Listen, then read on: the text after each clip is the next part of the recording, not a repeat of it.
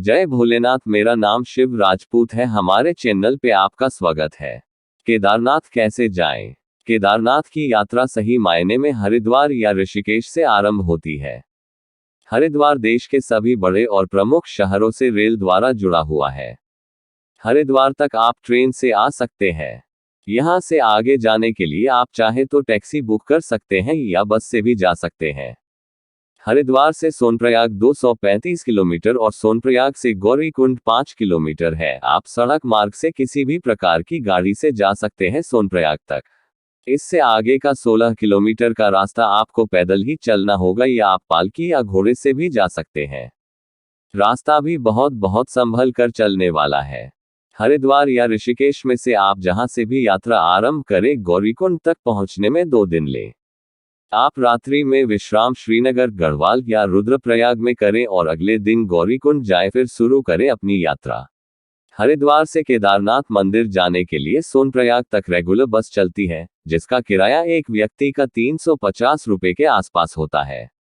अगर आप बस, टैक्सी या खुद की कार से केदारनाथ मंदिर की यात्रा पर जाते हैं, तो आपको सोनप्रयाग में ही अपनी गाड़ी पार्क करनी पड़ेगी और सोनप्रयाग से गौरीकुंड की यात्रा टैक्सी द्वारा करनी पड़ेगी, जिसके बीच की दूरी करीब 5 किलोमीटर है। अब आप सोच रहे होंगे कि जब सोनप्रयाग से गौरीकुंड टैक्सी जा सकती है, तो हमारी खुद की car, rental taxi, share taxi या बस क्यों नहीं जा सकती है? इसका कारण यह है कि जो सोनप्रयाग से गौरीकुंड तक टैक्सी चलती है, वह टैक्सी वहां की लोकल होती है और वहां के लोकल लोग अपनी खुद की कमाई करने के लिए दूसरे जगह की टैक्सी, बस या खुद की कार वगैरह भी नहीं ले जाने देते हैं। वे लोग अपनी सोनप्रयाग से गौरीकुंड तक अपनी खुद की ही टैक्सी चलाते हैं, जिसका किराया 30 रुपए होता है। पहले दिन आप हरिद्वार से सुबह बस पकड़कर सोनप्रयाग आ सकते हैं, जिसका किराया एक व्यक्ति का 350 रुपए के आसपास रहता है।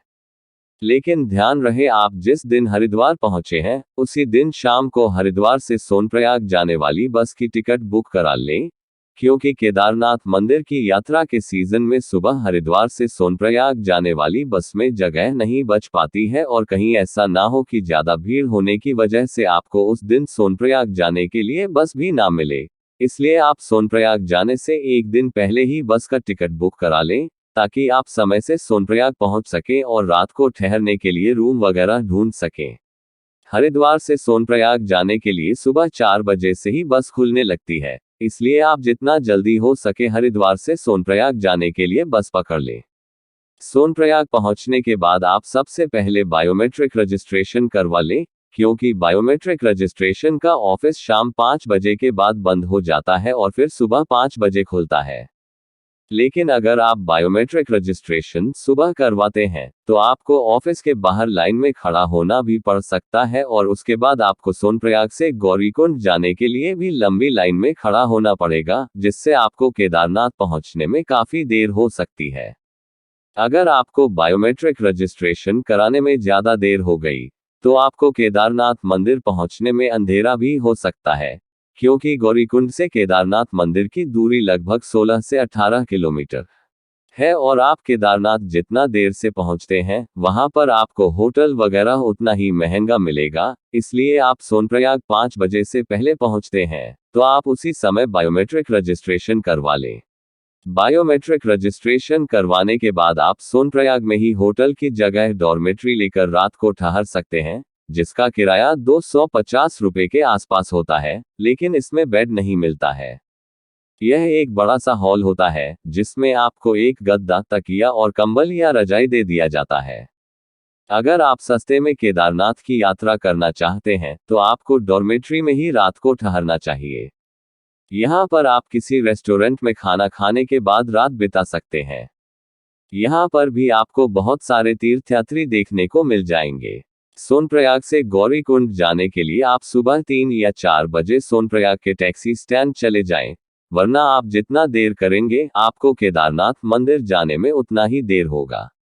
इसलिए आप सुबह 3 या 4 बजे ही सोनप्रयाग के टैक्सी स्टैंड चले जाएं और वहां से टैक्सी पकड़कर गौरीकुंड पहुंचने के बाद केदारनाथ की यात्रा शुरू कर दें।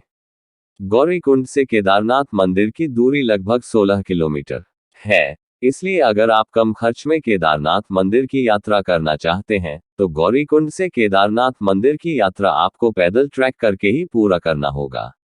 गौरीकुंड से पैदल ट्रैक करके केदारनाथ मंदिर जाते हुए आपको बहुत सारे युवा और वृद्ध व्यक्ति, खासकर वृद्ध महिलाएं देखने को मिल जाएंगी, जिनके साथ आप भगवान शिव के जय जयकार करते हुए आसानी से केदारनाथ मंदिर पहुंच सकते हैं। केदारनाथ के रास्ते में जगह जगह पर पीने वाले पानी और कुछ खाने के लिए रेस्टोरेंट्स की व्यवस्था कराई गई है। रास्ते में जगह जगह पर बाथरूम की व्यवस्था भी है। केदारनाथ मंदिर में स्थापित भगवान शिव के शिवलिंग का दर्शन शाम 5 बजे के बाद भक्तों को नहीं करने दिया जाता है। मंदिर के बाहर से ही आपको शिवलिंग का दर्शन करना पड़ेगा। इसलिए अगर आप शाम 5 बजे से पहले केदारनाथ मंदिर पहुंच जाते हैं, तो आप शिवलिंग के दर्शन कर सकते हैं, वरना आपको सुबह में शिवलिंग का दर्शन करने की अनुमति दी जाएगी। केदारनाथ पहुंचने के बाद आप वहां पर टेंट में ही रुकें, जिसका किराया 24 घंटे का 300 रुपए के आसपास होता है। केदारनाथ मंदिर के आसपास के रेस्टोरेंट्स और होटल्स में खाना थोड़ा ज्यादा महंगा है। यहाँ पर आपको ब्रेकफास्ट का 100 रुपए और डिनर लंच का 150 रुपए देना पड़ सकता है, जो कि कुछ ज्यादा ही महंगा हो जाता है। रात में खाना खाने के बाद आप सो जाएं और सुबह जल्दी उठकर भगवान शिव के दर्शन करने के लिए चले जाएं, क्योंकि मंदिर के बाहर सुबह 3 बजे से ही दर्शन करने के लिए लाइन लगी होती है। केदारनाथ मंदिर के दर्शन करने के बाद आप ब्रेकफास्ट करके गौरीकुंड के लिए अपनी यात्रा शुरू कर दें। अगर आपको गौरीकुंड आते आते शाम हो जाए, तो आप गौरीकुंड में ही रात को ठहर जाएं। लेकिन अगर आप गौरीकुंड 3 से 4 बजे तक भी आ जाते हैं, तो आप सोनप्रयाग आने के लिए शेयर टैक्सी पकड़ लें, क्योंकि गौरीकुंड में रात को ठहरना थोड़ा महंगा पड़ सकता है। सोनप्रयाग में आप रात को ठहर जाएं और सुबह वहां से बस पकड़ ले और हरिद्वार के लिए वापस आ जाए। जय श्री केदारनाथ। आपकी यात्रा मंगलमय हो। आशा करता हूं कि यह जानकारी आपको पसंद आई होगी। अगर इस पोस्ट से संबंधित आपका कोई सवाल हो, तो आप हमें कमेंट बॉक्स में पूछ सकते हैं। मैं आपको जवाब देने की कोशिश जरूर करूंगा। धन्यवाद। यदि आपको जानकारी पसंद आई हो तो हमारे चैनल को सब्सक्राइब कर ले। हम आपको ऐसी जानकारी देते रहेंगे। यदि आपको केदारनाथ पूरे बजट की जानकारी चाहिए तो कमेंट्स बॉक्स में बोलिए, मैं वीडियो जल्द ही बना दूंगा। धन्यवाद।